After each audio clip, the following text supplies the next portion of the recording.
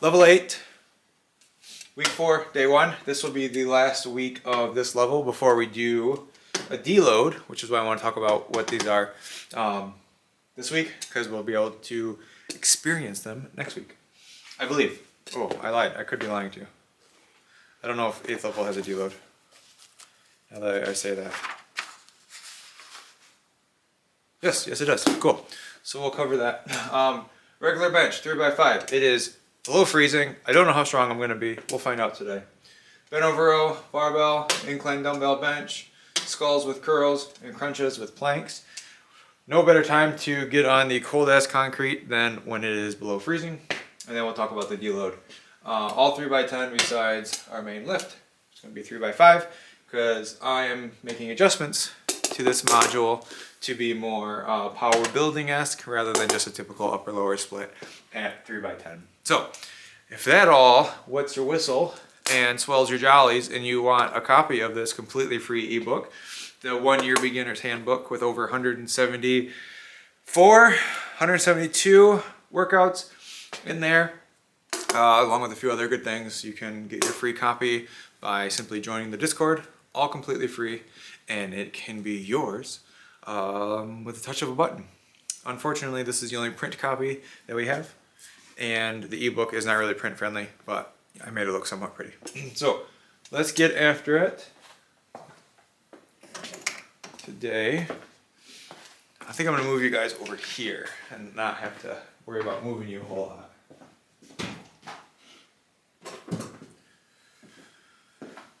So let's move. All right.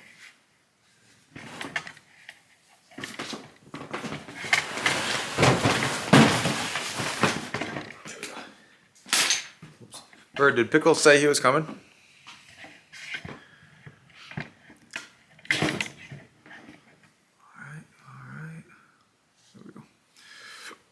Should be good. Give myself a little bit more dramatic lighting.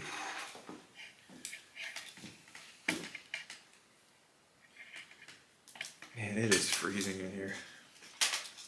Like the Pure said last week, I really should get a salamander heater because like you can literally see my breath.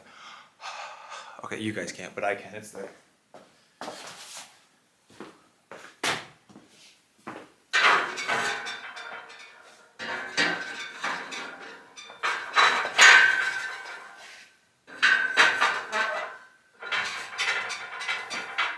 Thinking I might need to tighten these bolts.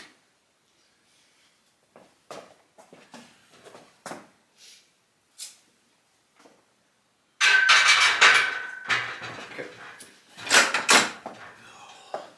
I'm gonna actually do some shoulder warm-ups.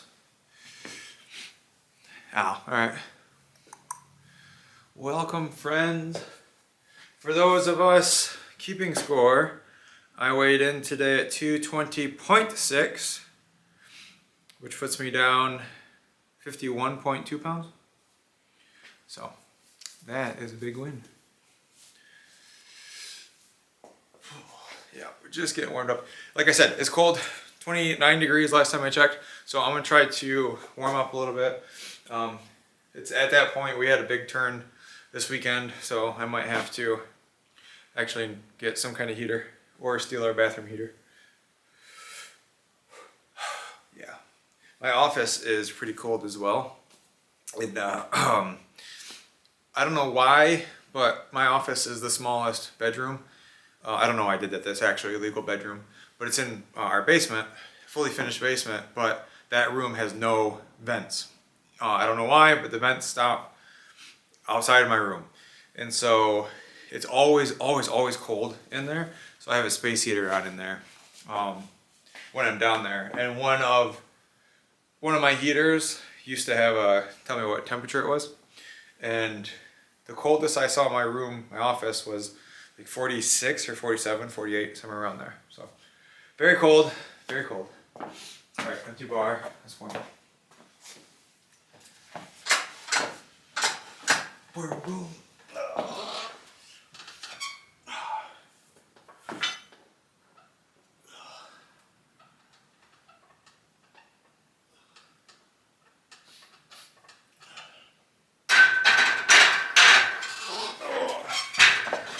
I like warming up with an empty bar because it allows me to go through the range of motion, obviously without a big load, LOL. And so it helps me just like really open up the chest.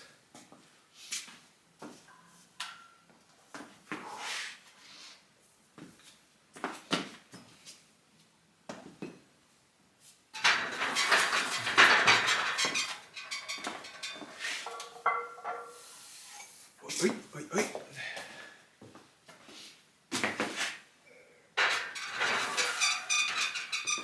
How's my angles? Yeah, angles are fine. Angles are fine there. Cool. All right. Man.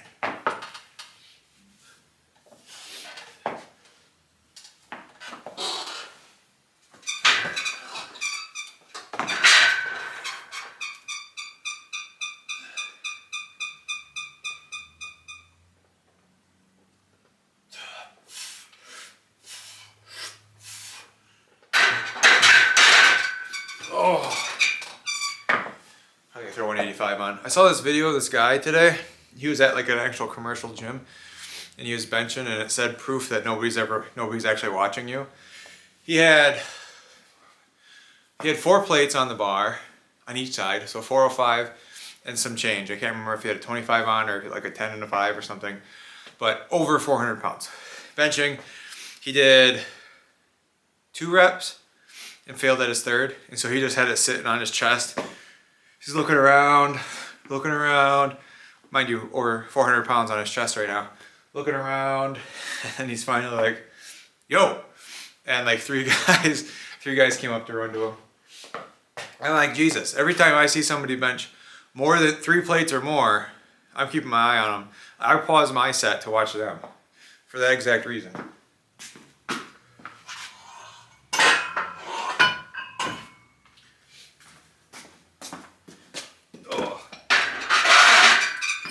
But the guy was strong. So.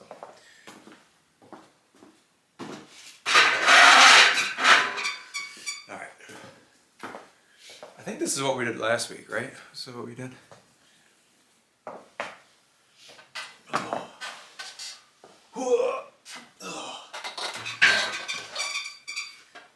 All I know is if I can work out in 29-degree weather and dropping, then you can work out at the gym or in your living room. Damn it, hearing me. So let this be workout motivation for you.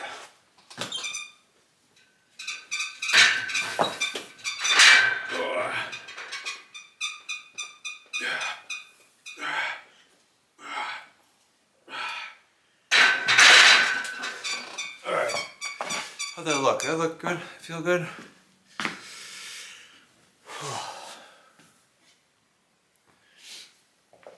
Man, my hands are cold.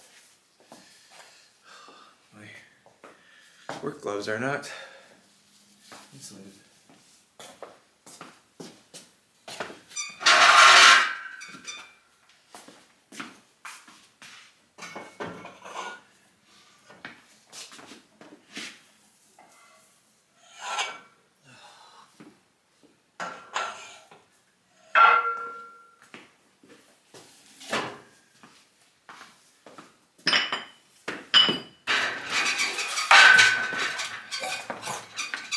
Steal from my leg press. Oh shit.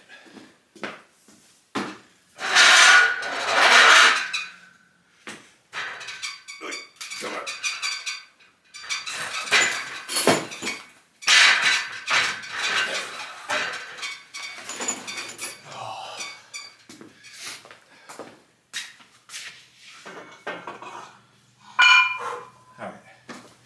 That felt good. I think, see how this feels. Man, I need like double glove.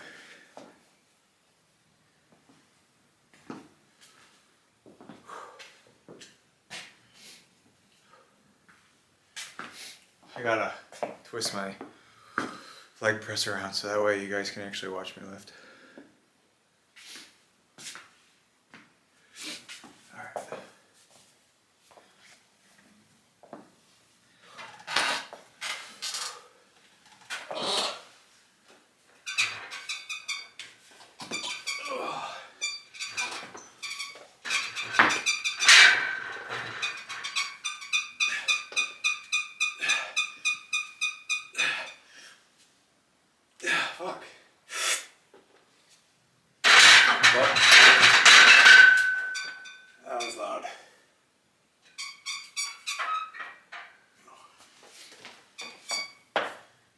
was wondering what that squeak was. It's the safety rails. I thought that shit was too loose.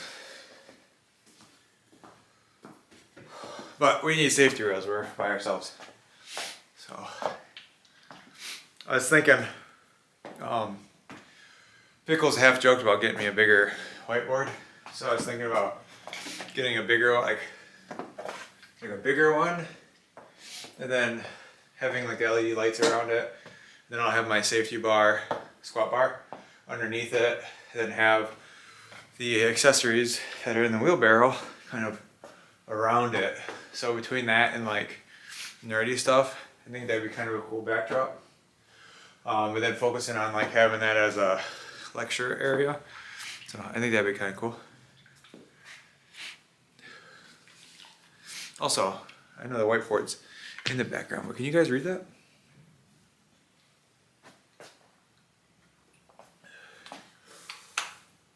I think I see you, bird. What are you doing in there? Making yourself food? Alright. What do you think? One more? Not really. Not really, you can't read this?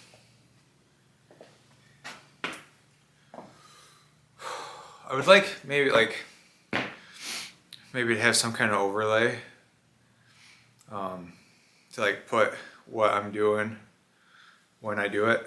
So like right now it'd be bench 3x5, 225, but I don't know how to do that. I also want my other camera to be like my actual camera. Also don't know how to do that. Rather than just streaming on my phone. Like I'd be streaming using my camera as the camera, and then like reading the chat and stuff on my phone. Alright. Enough dilly-dallying.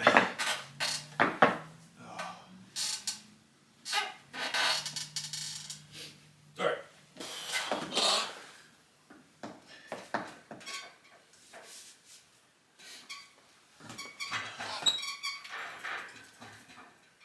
This time I fell off. Or track your shoulders. Like last time I didn't set up properly.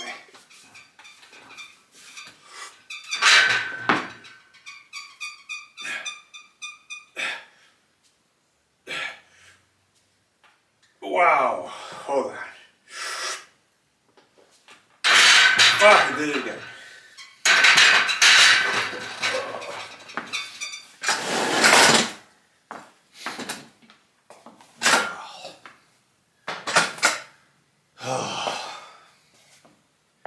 That felt heavy.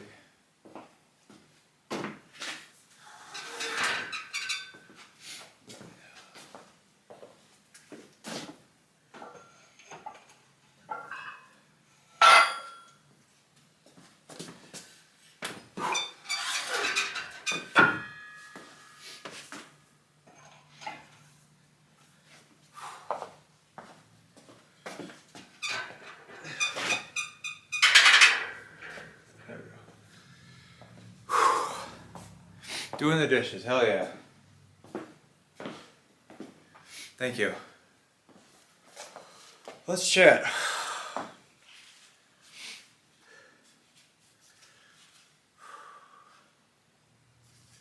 Can't remember if I talked about this one.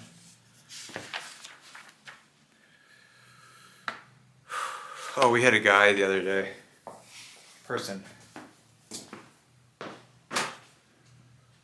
It's like we've kind of entered an age where people prefer to talk to like AI and chatbots and stuff like that, and so we had a little bit of a experience with that the other day. So I thought that was kind of unique. That we see, you know, we've all seen like AI psychosis and stuff like that, where people are actually thinking that AI is sentient and everything like that, and we are now past the point of people wanting to talk to humans, and they prefer to talk to AI. So, which, for the record, nothing we do has AI in it. No chatbots. Our coaching isn't AI driven. Nothing. So the only time we might see AI is with when I use ChatGPT to make funny images that I might post on my stories or using content. So that's it. And I don't even really do that often. Not my content, at least. I use ChatGPT like every day. But no, everything we do is 100% human driven. So let's.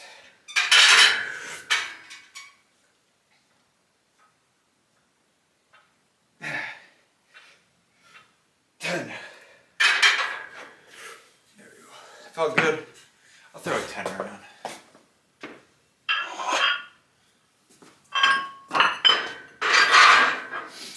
I might have to listen to the pier and get myself a salamander. Because this cold weather's really killing me.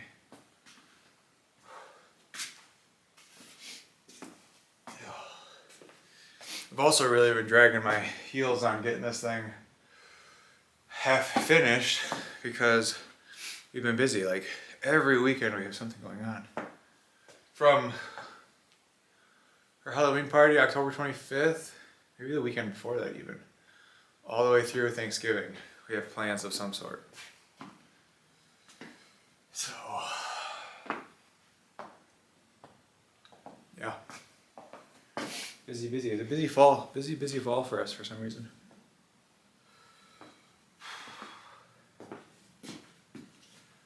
Alright, let's hit this.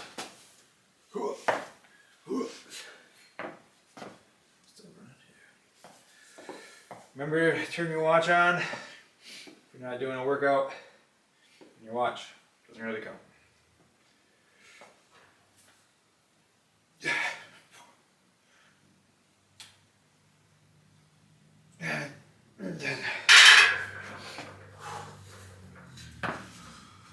What I don't want is to be like just going through the motions all winter because it's so cold and demotivated. Actually, I want to build strength over the summer, or over the winter, so that way when summer hits, I'll be able to lift super heavy. So I might need to get a heater. So yeah.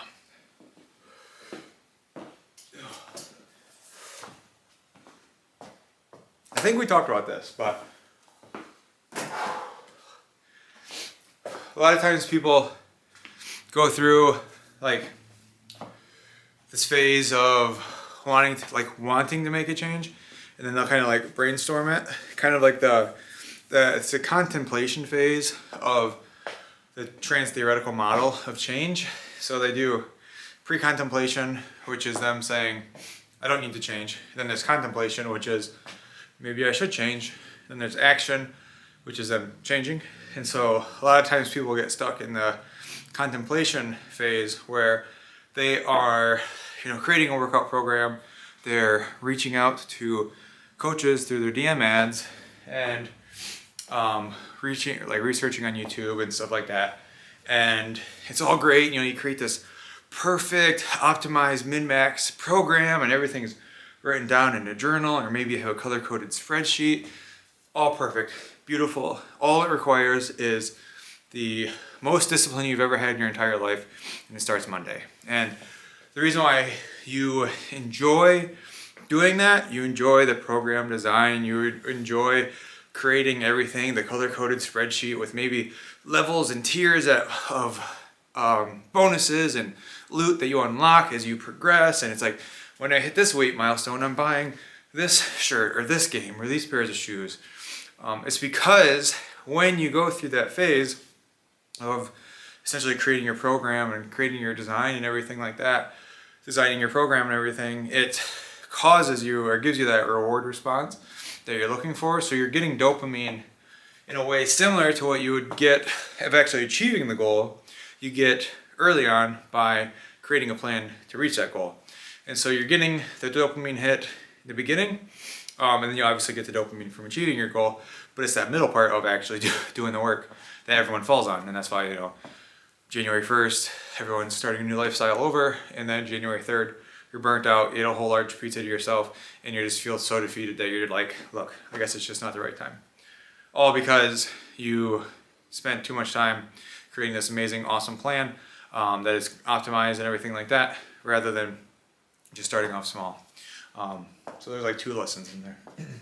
long story short, mental masturbation is what keeps us from actually taking action and keeps us in the contemplation phase. And then all of that makes us create this grandiose plan that we're never going to stick to. So don't do either of those. 2, 3, 5, 10. See, that felt light, which I know I normally do like 135 or 185, so see how that feels. Now I gotta do an incline.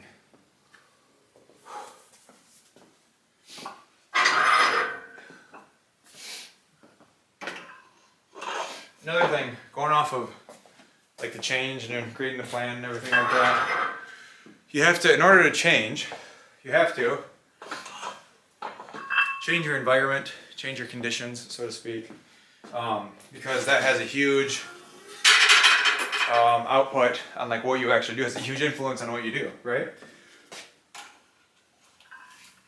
It's like somebody who struggles with alcohol and they're trying to quit drinking, they're not going to go to the bar every weekend, right? And so you have to change your behaviors. But you also have to change your environment, and that could mean your support circle. You know, if you have a group of friends that all they do is partake in unhealthy behaviors, and you're trying to change, and then when you do change and say, no, I don't want to go to Taco Bell, or yes, I'm tracking my calories, or hey, I'm going to be 30 minutes late because I have to work out, and then they start chastising you or putting you down for trying to better yourself, better your life, better your health, mostly out of jealousy and spite, because they see that you're bettering yourself and they are not bettering themselves, so it makes them feel like shit. And so why not, misery loves company, and so they make you feel like shit for becoming a better person. And if you have that type of toxic environment, best thing you can do is try to limit exposure to that, and if anything, unplug from them completely.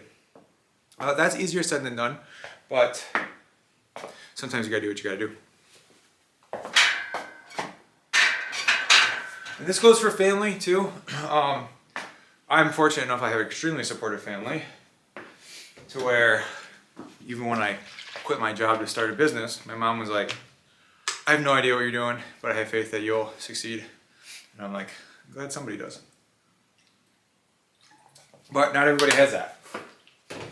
You know, they have that family that tells you, are you sure you want that slice of pie? You could afford to lose a few pounds. And then when you try bettering yourself and not eating pie, they're like, oh, what are you trying to do? You starve yourself, blah, blah, blah. Those people suck, and you can 100% unplug from them. We're gonna do incline bench. And I think I'm gonna stay right here. That's good. And I always put this up one. So, you do it. Oh, just all these weights. God damn, I gotta do this every time. For the record, I do have 2 sets of dumbbells. Well, my girlfriend has one, the other set. Inside. Because she told me over the summer she wanted to work out with them in our living room. So I brought them out, put them there. She has yet to touch them.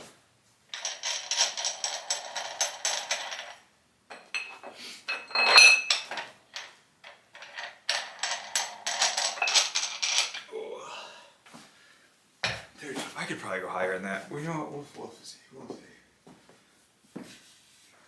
Whoa. I know these dumbbells take me a while to change, but I really like them.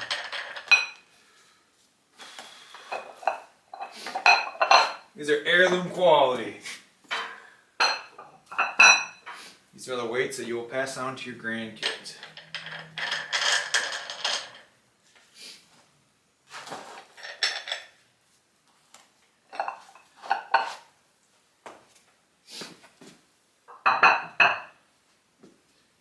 Yeah, that's gonna be too late, but we'll see. How we doing, chat? We looking all right? You can come use them. I know I can use them, but I always forget. And I got my 2 dumbbells, so I just like complaining. How's this?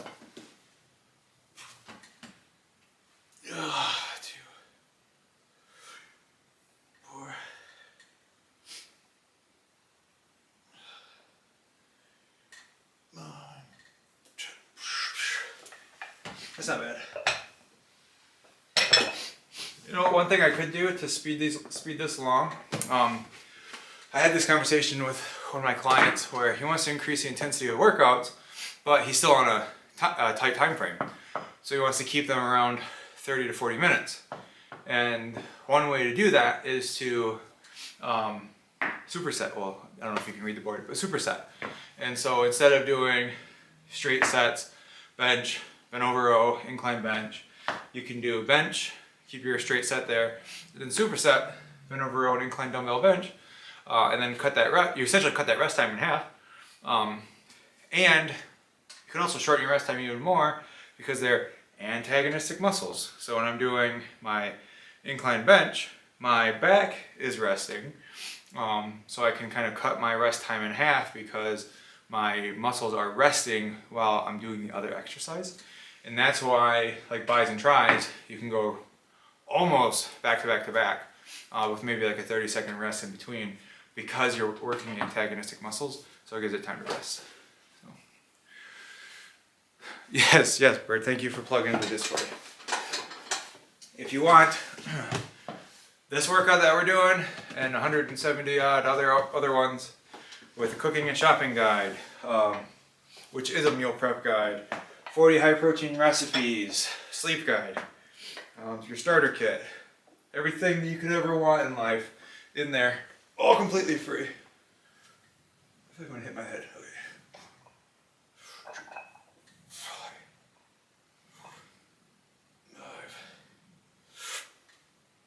7, 9, 10. Awesome. Also, another thing you can do to increase the intensity. Let's say you only have a certain amount of weight, like 25 or 35 pound dumbbells, and you have outgrown them. You can go essentially slower. They're called, eccentric or tempo. Go like down, like 1, 2, 3, 4. Hold maybe 1, and then up, and that can really quickly increase intensity, time under tension, without having to increase your overall weights that you're hitting. Yeah, that felt easy, it felt light, but I want to stay there. And then I'm going to have to move this down for bis and tris.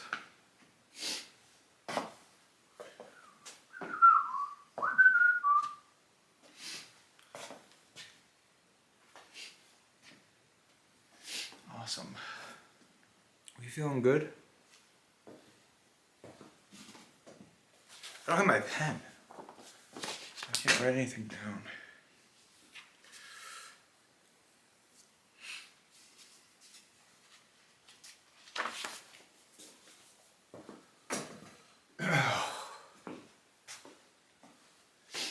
I was actually talking to a buddy about this today, about how going along the dopamine hit of like doing the programming but never actually taking action on anything.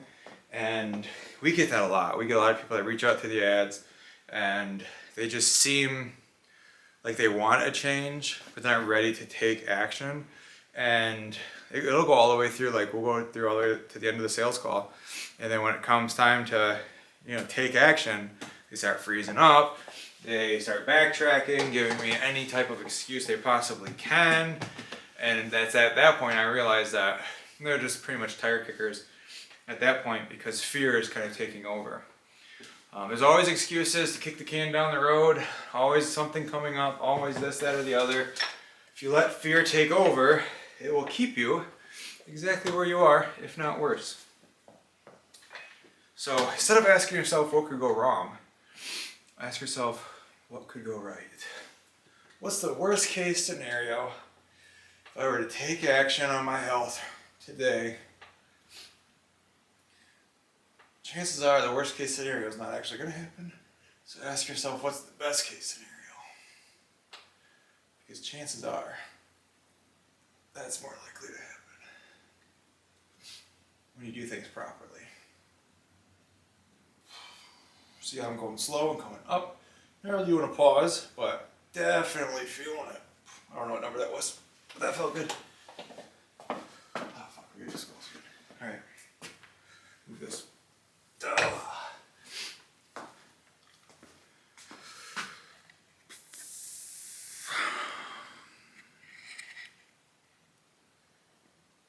that'll be good. Started the story arc today. Okay, we had a decent amount of join. I think 22. We had 22 people. I think. So, that's pretty good. I have people messaging me, very motivated to win. And the thing is like last time we did a challenge.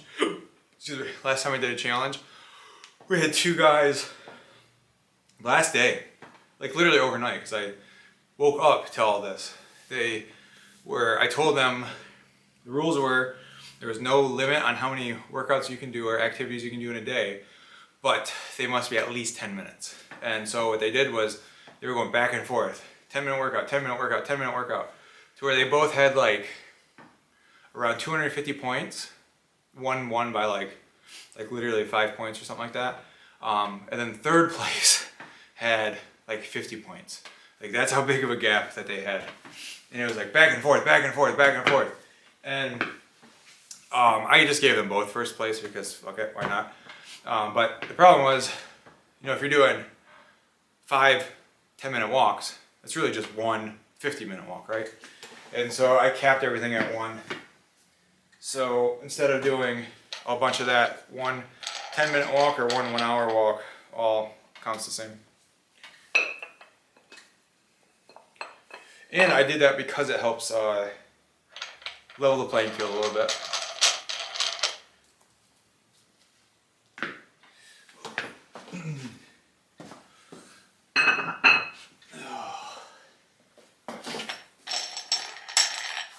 But it's fun. I'm excited because this is the first challenge that I'm doing that it's actually gamified. Not gamified, sorry, that actually has story elements to it. So every day they're getting drip fed lore. And I'm excited to see how that goes. Because like I mentioned, this is the first story arc of a continuous campaign. And assuming this goes well, this will become a more prominent part to our coaching, to where every quarter they'll do these, and whoever wants to can opt in, and these might just become private for just paying clients, but we'll see. I wanted to open it to the public and see how that went, but first day, pretty good. So, and I'm excited because like the winner is like actually etches their name in history, where they become the canon Dragon Slayer. So, Bird the Destroyer, you know what I'm saying?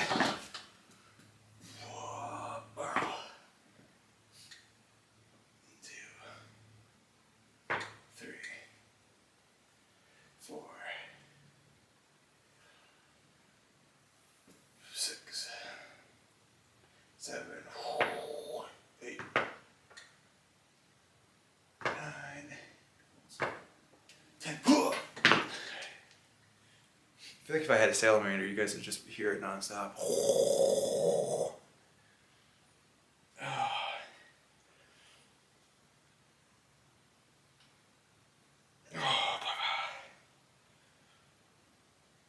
One more? I don't know what that was. Seeing like, I know I have lighter weight, but I could probably go do skulls right away without having to rest. But yeah. Yeah, oh, also one thing that I have not, this is actually brand new information, I haven't unveiled to like anybody yet. Not only are we doing like the gamified story, 14-day challenges or whatever they come out to be. This one's 14 days. But we're also gamifying like everything. So we're like, everything you do, you acquire XP and level up and stuff.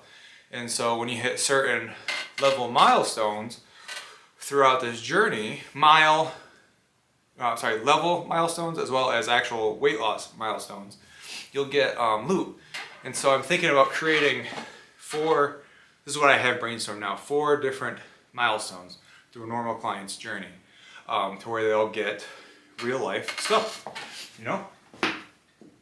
Like I flaunt this, around a lot because this is one of the prizes for the story arc.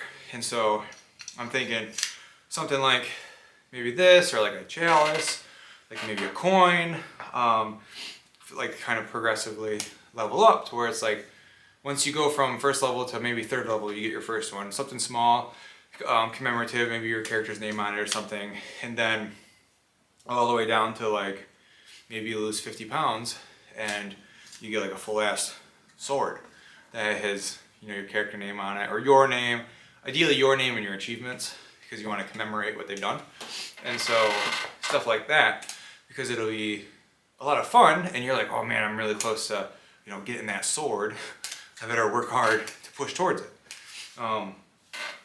And then in addition to that, do the quarterly challenges where you can win different loot and stuff. And so I'm thinking this would be a really cool way to actually gamify things. We get a lot of questions on how we gamify things, and we have some elements of gamification, but this is actually ways to where we actually gamify it. IRL. So if that interests you, DM me. All right, next. Set. Coming down slow. Remember to control the weight on the way down so it doesn't hit your face. Call that a Kentucky facelift. 4, 5, 6, 7, 8, 9, and 10. 2,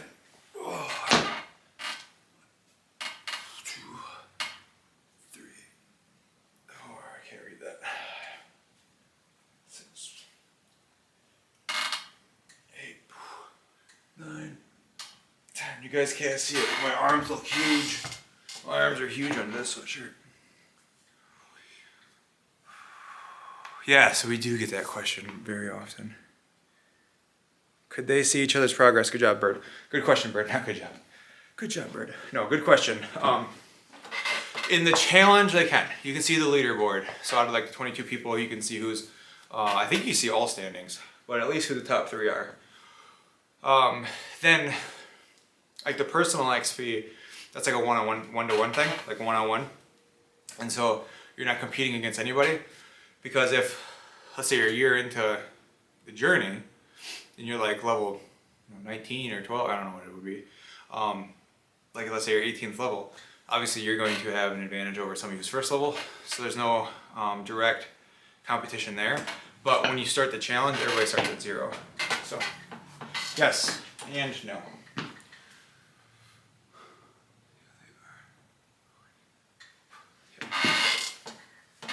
Wait. All right. Now there we go.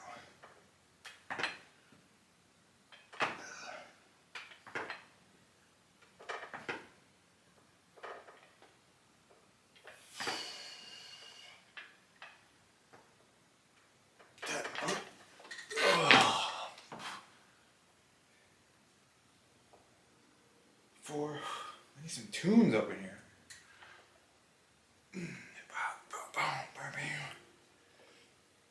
10, there we go.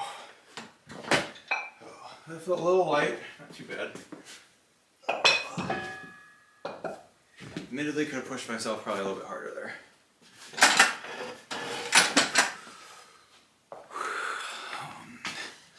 How long do people normally stay with us? Great question.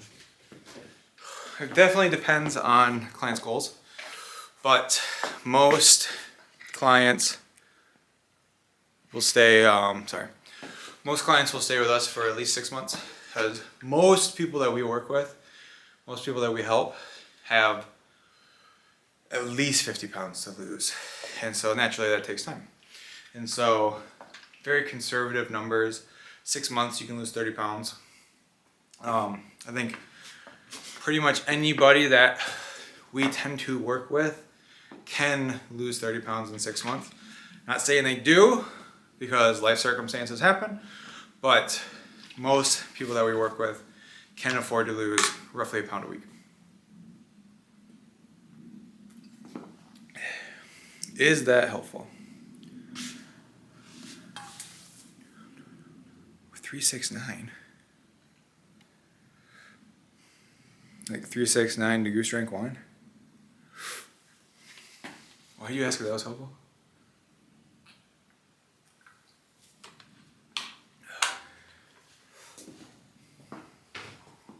Alright, I gotta do core. And you guys have to watch me.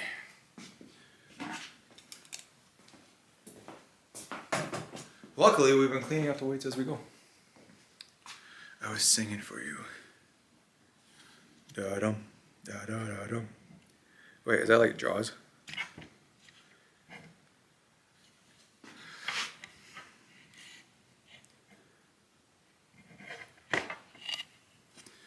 Alright, 5 people gonna watch me do core. I gotta drop it all the way down, so, oops, not that far.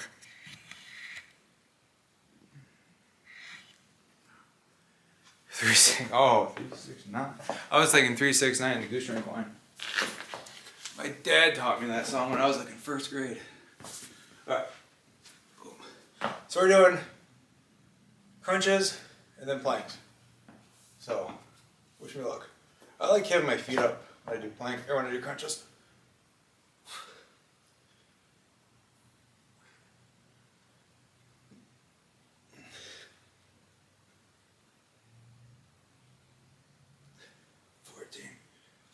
Okay, 10 was too easy. Alright.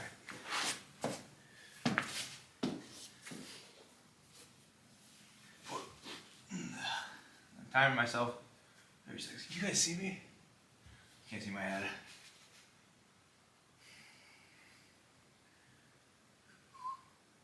Is Picklefoot counting?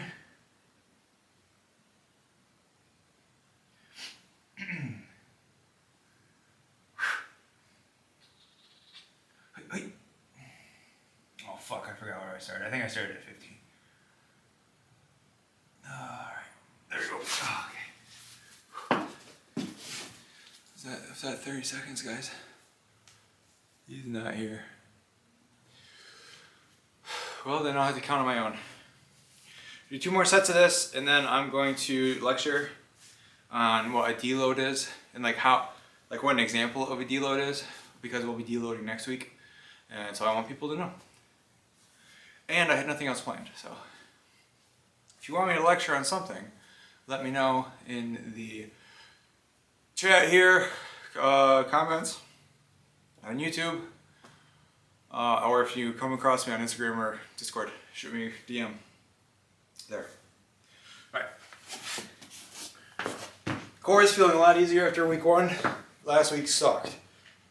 I guess I'll keep my feet down for this one.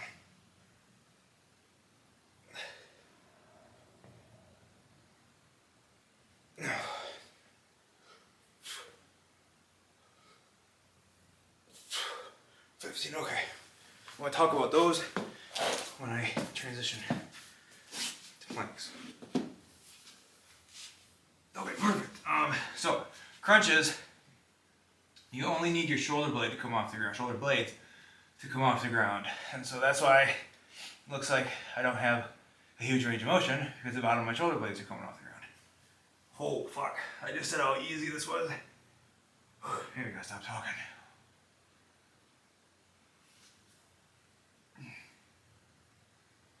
Alright, chat, count me down. Oh, balls. Oh, God, that actually was not easy. I got cocky. That did not feel easy at all. He's not here. Oh, we already talked about that. Did you put Frisky outside? Is he in the window? I can't see.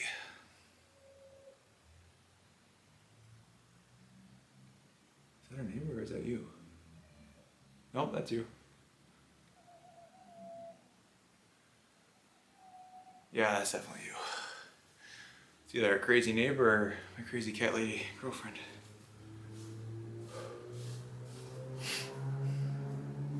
Oh. Alright. Take an extra rest because that one killed me. Go my abs. Down 51.6 pounds as of this morning, which is great because over the weekend I ate Taco Bell on Friday. What did we eat Saturday? What did we do Saturday? We did something. Oh, we had our Friendsgiving. So Saturday we had, you know, not typical. We had ham, green bean casserole, buffalo chicken dip, meatballs. What else do we have? And I can still hear you out there. Pie. Had a lot of pie. And then Sunday, yesterday, pretty typical food. Pretty typical. So, with that, myself and I, lost like 2 pounds over the weekend. Typical normal fluctuations. I won't be surprised if I'm heavier tomorrow, even though I haven't really eaten much. Alright, last one.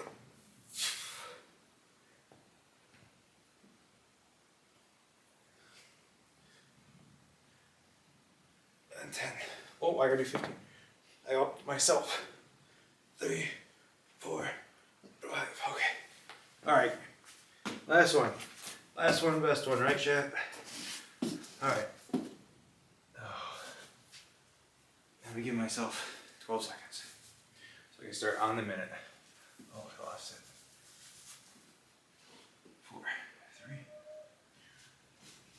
Wait up. Alright, bird, I can still hear you out there. I don't know if you guys probably can't hear it.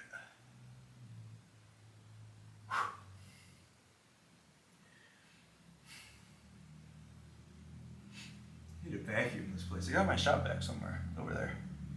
I sees it. Oh, I should really do that.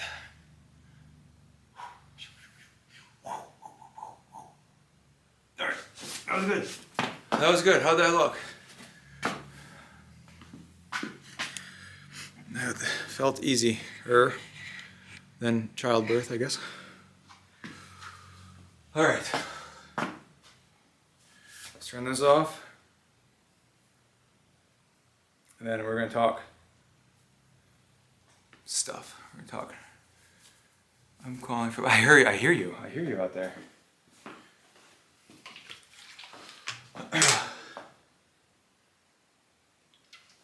Alright. Give me 2 seconds to move, you guys.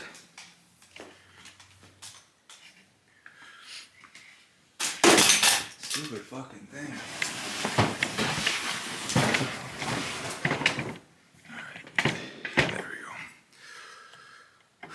Hell yeah, we got a bot. Fuck that bot. Alright. Well, going on what we were talking about, our other conversation about people wanting to talk to AI. Somebody would like to do that.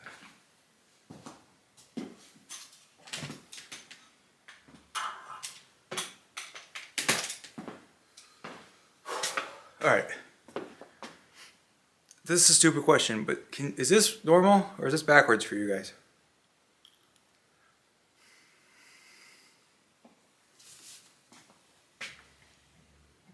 Because I'm seeing it mirrored. And I don't remember if I always see it mirrored. Okay, good. I am just a spaz. So, let's recap what we did. And then go over what Deload is. So today, obviously, Monday, November 10th, we started 8th level, week 4, day 1 of the 1-year beginner's handbook, couch to gym rat training program, how to train like a true hero. If you want your copy, this one's actually on page 108 of the actual couch to gym rat. Again, if you want your copy, completely free. Stupid guy on my phone. So today we did bench 3x5, 185. No, I did 225 towards the end. Bent over row, barbell. I did 135, 155. I think, yeah. Incline dumbbell bench. I think I did 35s because I wanted to. Skull crushers and curls with dumbbells. Did 25s. Crunches and planks. I did 15 with 30-second planks. 30 seconds felt more than appropriate. And then now I want to talk about a deload, because this is something that not a lot of people talk about, and it should be talked about. So, for those of you who don't know, I have my master's degree in exercise physiology, which my discipline was in strength and conditioning, specifically periodization. And periodization is more or less the science of long-term programming. So more than just creating, a 12-week cycle. And one part of, training athletes for like a season, like a prolonged time, upwards of, 4-year cycle, because that's what Olympic athletes do. Is not saying I programmed for Olympic athletes, but that's what people do. One part of that is programming a deload, or multiple deload. This will flag you on spell check, but that is a word now. Just like how workout used to be 2 words, now we combine it into 1 because we're gym bros. So essentially what a deload is. Quick and dirty, quick and simple.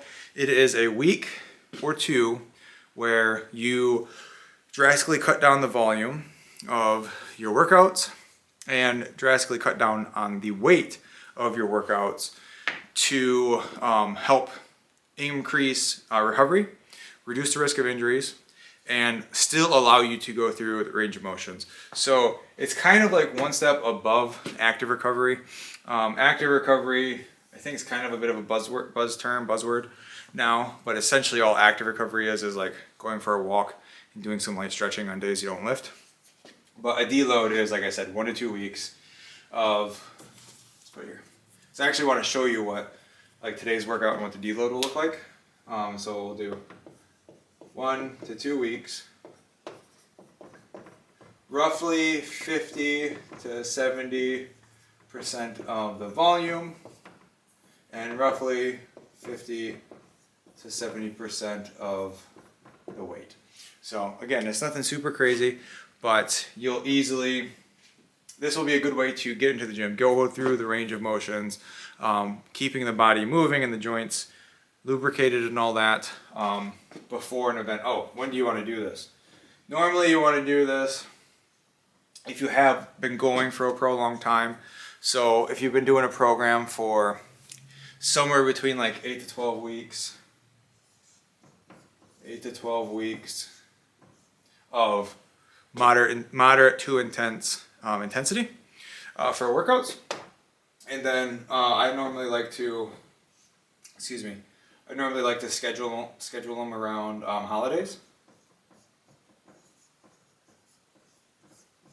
/ vacations. So if you're working with like student athletes, like 4th of July is a good one, Christmas vacation, all that. But if you're, doing this with your gen pop, your normal humans, us normal folks, us plebeians, you can easily do this around like a birthday, like I said, Christmas, any sort of holiday, and vacations. Often slept on, but doing a week-long deload around your 4th of July vacation trip or camping trip or whatever, this is a perfect timing to do a deload. Ideally, in situations like that, real world applications, you will be doing like body weight stuff. Because chances are, if you go somewhere, there are chances of you having an actual gym to work out in is going to be lower. So just focus on body weight. So that's that. And again, it allows us time to recover while still going through the range of motions. Because what happens if you go for like a normal training block and then like a week of just like absolutely no working out, that can cause your muscles to get stiff, cause your joints to get stiff. Not that necessarily increases your risk of injury dramatically, but you can lose a lot of strength in that 1 week, to where the first week or two back from the week or 2 off is going to be just catching up on what you lost. So this can be a good way to kind of maintain it.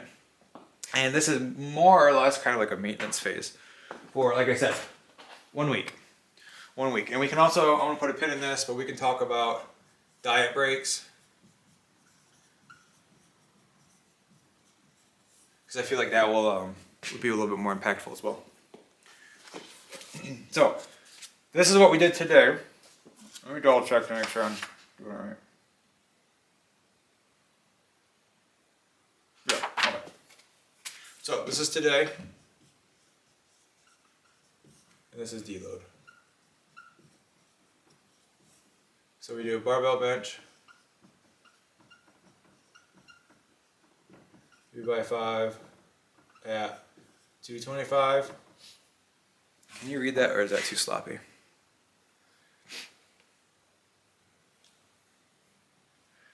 Bird, let me know.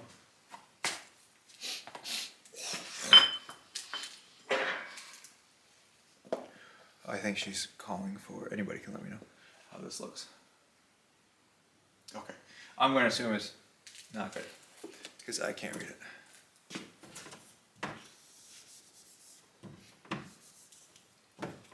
So, bench. Remember we did barbell bench. 3x5 at, I don't know if I want to bleed into that. We did 225.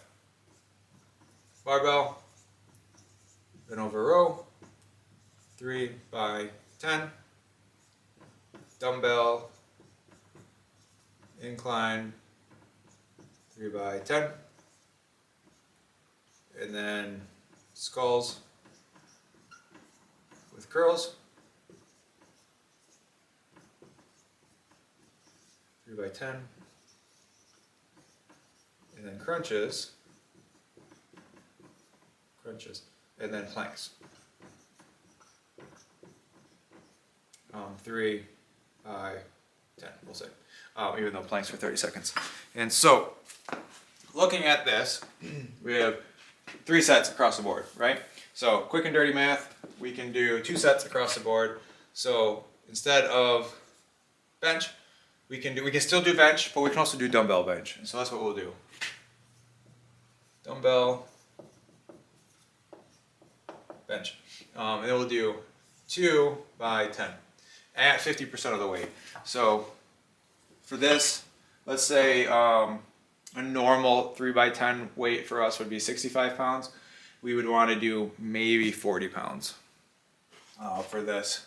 And then I like doing dumbbell instead of barbell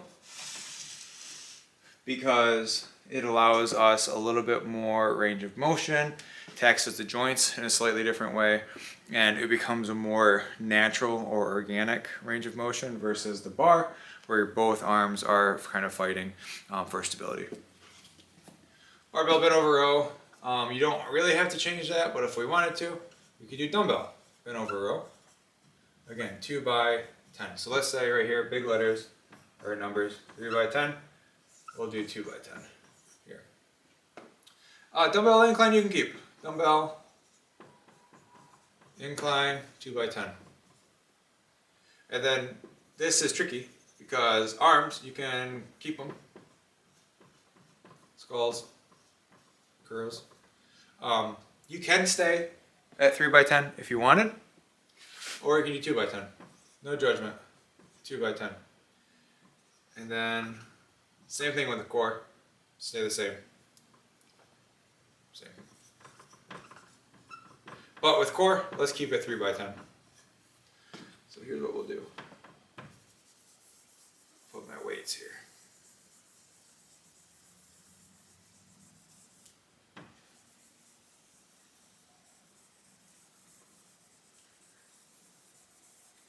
So I'll reiterate. So bench today we did 225. If I was doing dumbbell bench, I would probably do something around 45s because that's going to be a little bit lower than what my normal weight is. It would probably be like 70% of what I would do. I would probably do like 75s. Bent over row, we did 155. Dumbbell bent over row, I would do like 35s. Nothing crazy. Dumbbell incline, we did 35s. I would probably do 25s. Skulls, we did 25. I'd probably do like 20s. They don't have to be big changes, but you can see how 3x10. Oh, well, actually what we did was 15 and 30 seconds. I would probably do 10 and then 30 seconds still. 10. You could argue 20 seconds, but I think 30 seconds is fine. With your accessories and your core, you don't have to drastically cut down on your overall volume because the risk of injury is like borderline non-existent. But these big lifts, you do want to cut down on your volume. And so you can see 3 by 10, this is 3 by 5, but 3 by 10 with 225, if I did 3 by 10, it would probably be like 155. But you can see how the weights and volume are going down. And then you can also math out what volume is. We don't have to do that for everything, but volume equals number of sets times reps times weight. And so if you times 3 by 5 by 225 versus 3 by 5 by 90 because it's 245s, 3 by 10, sorry. I don't know what that is, but I'm willing to bet it's probably smaller. And so, yeah, because if we did 3 by 5 by 225, kind of working this out as we go.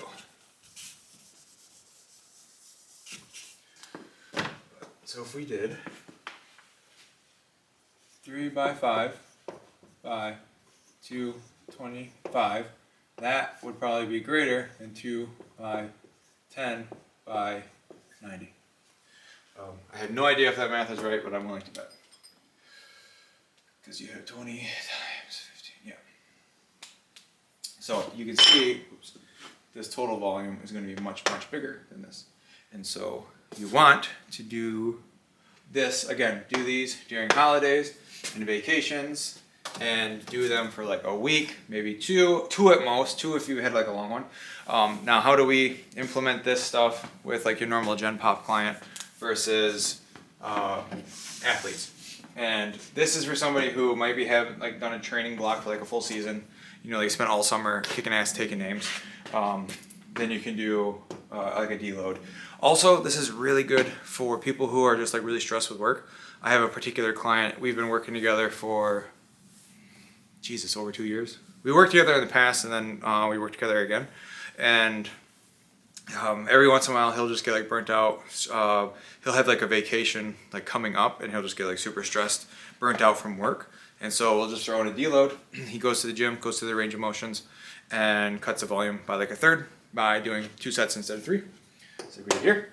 And he feels a lot better because he did the work. He went to the gym, he did the work, but he didn't like have to 100% exert himself because he didn't have the spoons or energy or spell slots, as I call them, to do a full workout. And how do we implement diet breaks? What is a diet break? Diet breaks are where you take your calories. This is for people who are in a caloric deficit mostly, and then you bump that up to maintenance.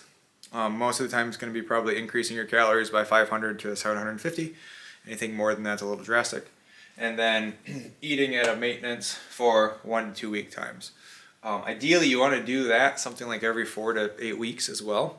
So they can pair really well with deloads, to where you are eating a few extra calories, 500 to 750 extra calories a day, getting less volume, and you can see how that can really promote recovery.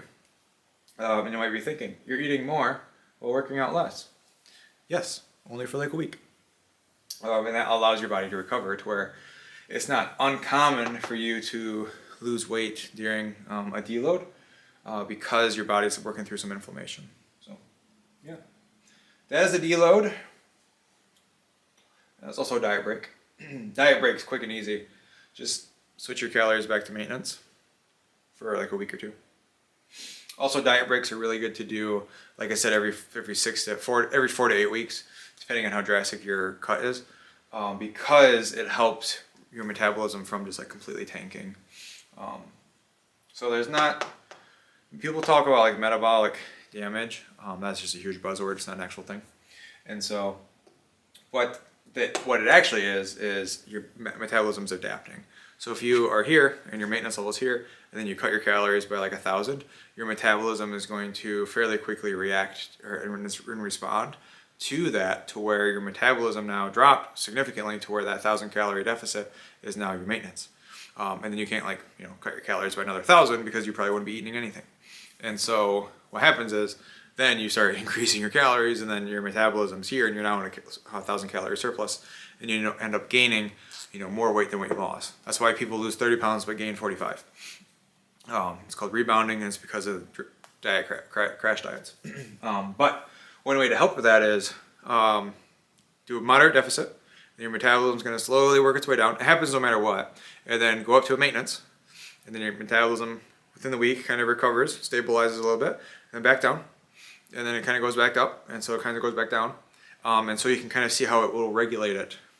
This is obviously a very simplified version, but you can definitely understand the science behind it.